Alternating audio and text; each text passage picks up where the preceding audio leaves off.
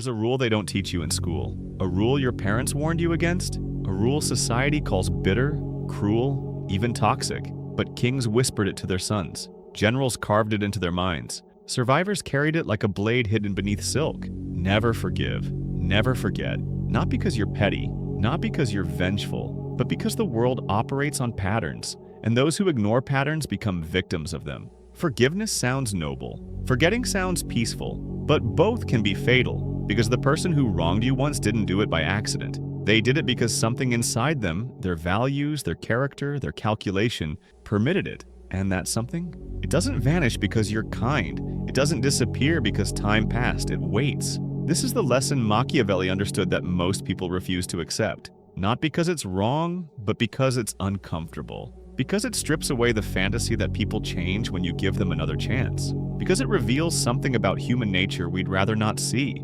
Today, you'll learn the most dangerous rule in the Book of Power. Not to become cruel, but to stop being naive. Let's begin. Niccolo Machiavelli wasn't a villain. He was a realist trapped in a world of idealists. While others wrote about how princes should behave, Machiavelli wrote about how they actually did. While philosophers dreamed of moral rulers, he studied the ones who survived. And survival, he discovered, required a very different set of rules than the ones taught in churches and schools. He watched betrayal up close. He saw alliances crumble. He witnessed mercy become weakness and kindness become strategy. He learned that in the architecture of power, intention means nothing. Only patterns matter. And the pattern he observed most clearly was this. People repeat their behavior. The advisor who betrayed his lord once would betray the next one. The ally who abandoned you in crisis would do it again when the stakes rose. The friend who lied when it benefited them would lie again when convenience called. Machiavelli didn't write his rules out of malice. He wrote them out of observation. Cold, clinical, undeniable observation. And his most dangerous observation became his most dangerous rule. Those who wrong you reveal their nature. And nature doesn't reform. It repeats. Let's clarify what this rule actually means because most people misunderstand it immediately. Never forgive doesn't mean you walk around consumed by rage. It doesn't mean you plot elaborate revenge or poison someone's wine. It means you never restore them to the position where they can harm you again. Forgiveness in the emotional sense, letting go of anger, moving past bitterness, is healthy. But forgiveness in the strategic sense, giving someone access, trust, opportunity after they've proven themselves untrustworthy, is suicide. When someone shows you who they are through their actions, Machiavelli says, believe them. Don't give them a chance to show you twice. Never forget is even simpler. It means you keep a ledger, not for revenge, for protection. You remember who smiled while undermining you, who promised loyalty and delivered betrayal, who took your generosity and responded with exploitation. Not because you're bitter, but because memory is the only defense against repeated harm. Forgetting is how people victimize you twice. Once through the action, twice through your own voluntary amnesia.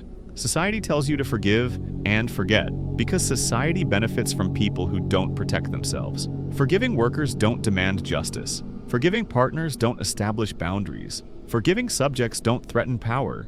But Machiavelli wasn't writing for subjects. He was writing for those who understand that life is a game played by rules most people refuse to acknowledge. And the first rule of that game is this: your enemies define themselves by their actions, not their apologies. Here's what happens when you forgive strategically, not just emotionally. You signal that consequences don't exist, that boundaries are negotiable, that wronging you carries no permanent cost. The person who betrayed you learns something valuable. You can be betrayed. And more importantly, you can be betrayed without losing access, without losing position, without losing the relationship. You've just taught them that their actions don't define your decisions, which means their actions will continue. This isn't cynicism, it's pattern recognition. Think about the friend who borrowed money and never paid you back. You forgave them. Then they asked again. Think about the partner who lied about something significant. You forgave them. Then came another lie, slightly different, equally corrosive. Think about the colleague who stole credit for your work. You let it slide. Then they did it again, bolder this time. Machiavelli understood something most people discover too late. Forgiveness doesn't reform the offender. It educates them. It teaches them that you're someone who absorbs damage without retaliation. Someone whose boundaries are suggestions rather than walls. Someone who can be exploited repeatedly because your moral framework prioritizes kindness over self-preservation. And once someone learns that about you, they file it away. They might apologize beautifully, they might seem genuinely remorseful, But deep in their strategic mind where decisions are actually made, they've categorized you as safe to exploit because you forgave once, which means you'll probably forgive again.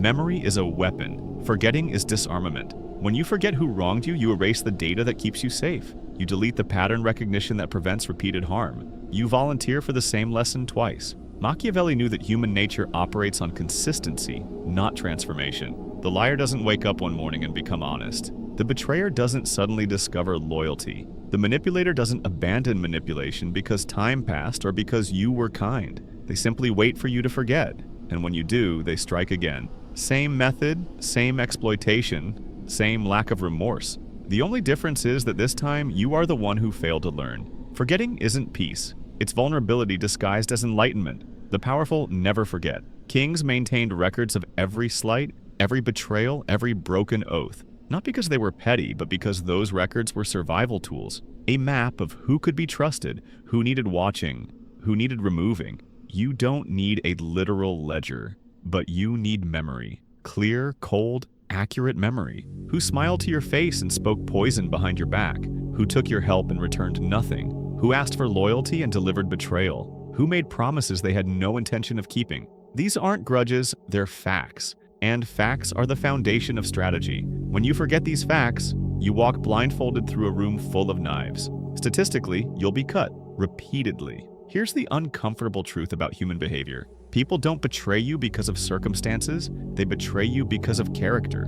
The friend who abandoned you during crisis didn't do it because the crisis was too difficult. They did it because when difficulty arrived, their true priority structure revealed itself, and you weren't on top.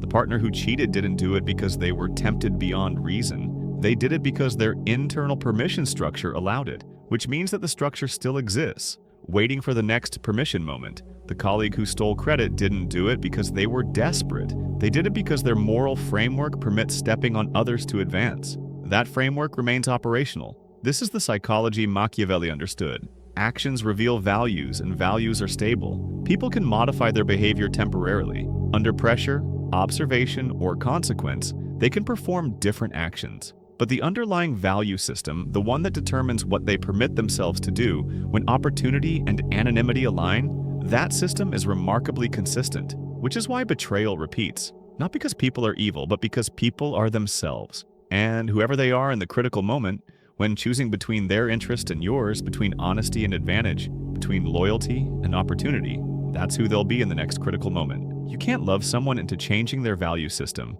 You can't kindle someone into reforming their character. You can't forgive someone into becoming different. All you can do is remember who they showed themselves to be and adjust your strategy accordingly. Now we arrive at the application. Because this rule isn't about becoming bitter, it's about becoming strategic. First, observe without anger. When someone wrongs you, your emotional response is natural, but let it pass. What remains after the emotion fades is pure information. What did this person do? What does that action reveal about their values? What pattern does it establish? Answer those questions coldly, clinically, like a scientist observing data. Second, never restore them to the position of power. This is the core of never forgive in practice. The betrayer doesn't need to become your enemy. They simply need to be relocated in your life's architecture. The friend who betrayed confidence doesn't need drama. They need demotion, from the inner circle to the outer, from trusted to observed, from confided in to kept at surface level. The colleague who undermined you doesn't need confrontation. They need invisibility. No more collaboration. No more shared information. No more vulnerability. You remain professional, polite, and even friendly. But access, trust, opportunity, those are permanently withdrawn. Third, keep the ledger but don't broadcast it. Memory is private power. The moment you announce your awareness, I'll never forget what you did. You've converted intelligence into ego. You've warned them that you're watching. Better to remain silent. Let them think you forgot. Let them think you forgave. Let them relax into false security while you remember and adjust and protect yourself accordingly. Fourth, know when to strike back and when not to. Sometimes revenge is necessary. Not emotional revenge, but strategic consequence. When someone's betrayal creates ongoing damage, when their pattern threatens others, when silence enables their behavior. Sometimes the strategic move is exposure or retaliation, but most times, the strategic move is separation. You don't need to destroy them. You just need to ensure they can never touch you again. Machiavelli understood that the best revenge is often no revenge at all. It's simply removing yourself from their reach and watching them fail without you. In dating and relationships, when someone shows you disrespect, dishonesty, or disloyalty early, believe it. Don't rationalize it as a bad day or a misunderstanding. That moment revealed their ceiling of treatment. Their best behavior comes early. If this is their best, imagine their worst. Never forgive means don't give them another opportunity to show you the same disrespect packaged differently. Never forget means when they return months later with apologies and promises, remember what they did when they thought there were no consequences. In friendships, the friend who only appears when they need something has told you their priority structure. You're a resource, not a relationship. Never forgive means stop being available for their convenience. Never forget means when they are hurt by your distance, remember every time you needed them and they were absent. In the workplace, the colleague who steals credit once will do it again. Never forgive means never collaborate with them on anything important again. Never forget means document everything. Share nothing valuable and watch them quietly while they build their reputation on stolen work until it inevitably collapses. In business, the client who doesn't pay on time has shown you they prioritize their cash flow over your agreement. Never forgive means cash upfront next time or no next time. Never forget means when they come back with promises, remember that their word has already been tested and failed. In family dynamics, the family member who manipulates, boundary violates, or emotionally exploits doesn't change because you're related. Blood doesn't reform character. Never forgive means love them from a distance. Never forget means stop expecting different behavior and protect yourself accordingly. This rule is a scalpel, not a hammer. Misuse it and you'll cut yourself. This is not about revenge. Revenge is emotional. It's about making them hurt because they hurt you. This rule is about protection.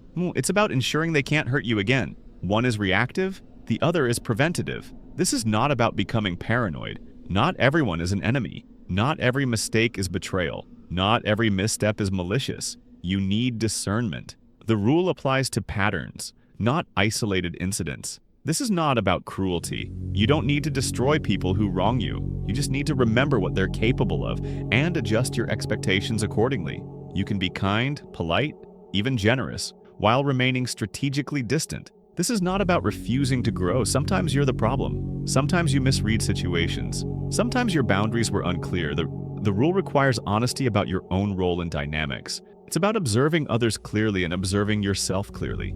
Use this rule to protect yourself, not to build walls around your heart. Use it to stay safe, not to become isolated. Use it to remember reality, not to create enemies where none exist. In the end, Machiavelli's rule isn't about darkness, it's about clarity. Never forgive, never forget means see people as they are, not as you wish they were. It means understanding that when someone shows you their true nature, their actual values when tested, you don't owe them the delusion of pretending they're someone else. It means recognizing that memory is mercy to yourself, that boundaries are survival. That strategic distance is sometimes the kindest thing you can do for both parties. The world will call this rule cold. Society will call it unforgiving. Philosophers will call it cynical. But rulers called it survival. Winners called it wisdom. The protected called it a necessity. Because those who forget history are condemned to repeat it, and those who forgive strategically don't survive long enough to learn from it. You don't have to become Machiavellian in every interaction. You don't have to walk through life cataloging offenses and calculating retribution. But you do have to remember that humans are pattern-based creatures, and the pattern someone shows you is the pattern they'll repeat. So when someone reveals who they are through betrayal, through exploitation, through calculated harm, believe them. Remember it, adjust accordingly. Not with anger, not with revenge, but with the cold, clear understanding that survival requires memory and protection requires boundaries. Never forgive strategically. Never forget practically. Not because you're bitter, but because you're finally paying attention.